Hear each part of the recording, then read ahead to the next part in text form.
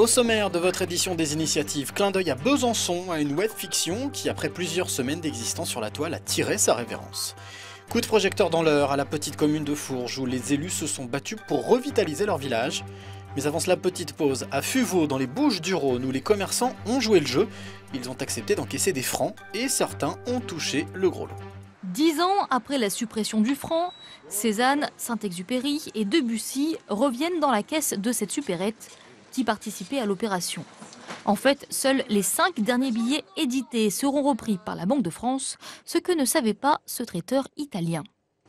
Ça, c'est le billet que j'ai eu faux. Il n'était pas dans la liste à échanger. Et après, j'ai eu ça.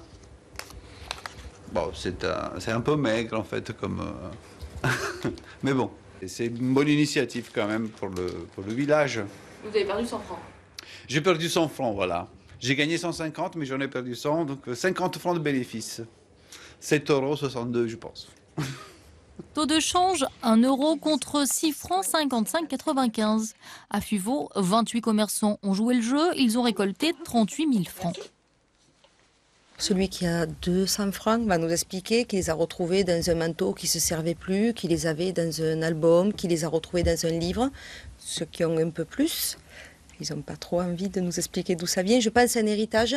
Si vous allez à la Banque de France, vous êtes obligé de déclarer vos revenus, donc vous êtes imposable, pas chez un commerçant.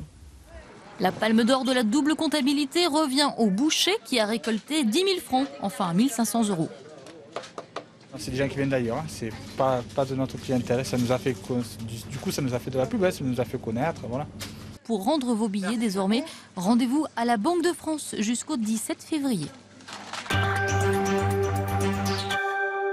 À quelques kilomètres de Giverny dans l'Eure se trouve le village de Fourges, 850 habitants. Il y a encore quelques mois, il n'y avait aucun commerce en centre-ville, mais c'était sans compter sur la détermination de ses élus. Aujourd'hui, la commune possède 3 commerces et un gîte de groupe. Cela a été un travail de longue haleine, le fruit du combat d'une équipe municipale. Mais aujourd'hui, le village de Fourges possède un vrai centre. Autrefois, il y avait ici une ferme en ruine. La municipalité y a installé 3 commerces et un gîte de groupe de 23 lits. Pas question pour les élus de laisser mourir cette petite commune. Nous, on est en frontière de l'Île-de-France et si on ne fait rien, si on n'agit pas, on a un village dortoir, ce que nous ne voulions pas. Les commerces, effectivement, comme vous le dites, c'est la vie. Vie qui avait disparu dans des villages de 850 habitants comme le nôtre. Et nous, on a voulu recréer ça, développer l'emploi aussi, parce que le facteur emploi est très important. Les murs des différents commerces appartiennent à la commune. Elle les loue à des jeunes qui ont pu s'installer. Frédéric, le boulanger, puis Julie, la coiffeuse. Depuis fin 2011, la boucle est bouclée et un restaurant a ouvert ses portes. J'ai eu la chance de pouvoir avoir ce local par M. Régnier et on a investi tout le matériel dedans pour relancer la machine, à savoir qu'on était ici dans une ferme. Donc il n'y avait rien de prévu au démarrage, on est parti de zéro baguette et aujourd'hui on est 600 pièces le week-end, samedi, dimanche, 600 pièces jour. Un parking d'une vingtaine de places permet de stationner près des commerces, ce qui n'empêche pas les habitants de venir faire leurs courses à pied. Pour que le rêve devienne réalité, il a fallu faire la chasse aux subventions de l'État, du Conseil général, de la région et même de l'Europe. Mais aujourd'hui, le pari est gagné. Depuis presque 100 ans, des chercheurs planchent à Toulouse sur la mécanique des fluides. L'Institut du même nom, basé sur l'île du Ramier, vient de se doter de 4 laboratoires ultramodernes. Grâce à ces nouveaux locaux, l'Institut devient ainsi l'un des plus en pointe en matière de recherche en Europe. C'est l'un des rares laboratoires en France et même à l'échelle internationale où je trouve rassemblées un peu toutes les disciplines de la mécanique des fluides avec des points forts comme en particulier ce qu'on appelle les écoulements diphasiques, c'est-à-dire les écoulements qui mettent en jeu 2 fluides différents, de l'eau et de l'air, des bulles dans de l'eau, de liquides qui ne se mélangent pas. 20% de la recherche est destinée à l'environnement, les 80 restants concernent l'industrie, comme le génie pétrolier, le nucléaire ou encore l'aéronautique. À noter qu'en tout 200 personnes travaillent dans cet institut. 25 cours Vauban, c'est une adresse à Besançon qui n'existe pas réellement sauf sur la toile. Un point de rendez-vous incontournable depuis un mois.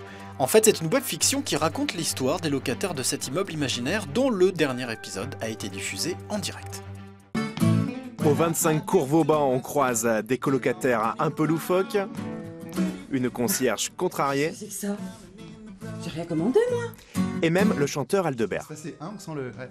Je vous annonce que la propriétaire d'une copropriété d'un immeuble à Besançon vient d'équiper tous les appartements de webcam. Mais petit à petit, dans le scénario, des personnages disparaissent mystérieusement, un véritable buzz sur le web. La prochaine fois, je me les fais tous. Ça a pris au niveau des internautes. C'était un peu notre but, c'était d'expérimenter ça avec Facebook, avec toutes les nouvelles technologies. Après les répétitions, on passe aux choses sérieuses, l'enregistrement de la séquence. On tourne! On n'est pas chez nous. En fait, on se trouve dans les ateliers de Zonard. On n'a pas filmé avec une caméra. Enfin, c'était un choix qui était plus lié au fait de tourner dans les appartements. Donc des espaces exigus avec forcément des angles assez importants. Et puis l'avantage de ne pas tourner avec une caméra, c'est qu'on a une sensibilité plus intéressante. Trop fort. Hier soir, c'était donc l'épilogue, et pour une fois, le public n'était pas derrière son ordinateur. Parce que c'est un petit peu moi qui les ai tous liquidés quand même. C'était bien de voir le final en réel, en fait, de pouvoir les voir dans un autre cadre, parce que c'est vrai qu'on ne se rend pas toujours compte en vidéo. C'est pas vrai? Moi aussi, hein. Moi je me suis débarrassée des 2 musiciens. Les gens sont bien impliqués dans l'histoire, donc ils réagissent par rapport aux autres personnages, avec les disparitions, tout ça. Donc c'est plus le mystère qui est intriguant, quoi. Mais tu fais quoi là? Je te pose un lapin. Les vidéos du blog 25 cours Vauban avoisinent déjà les 100 000 visionnages.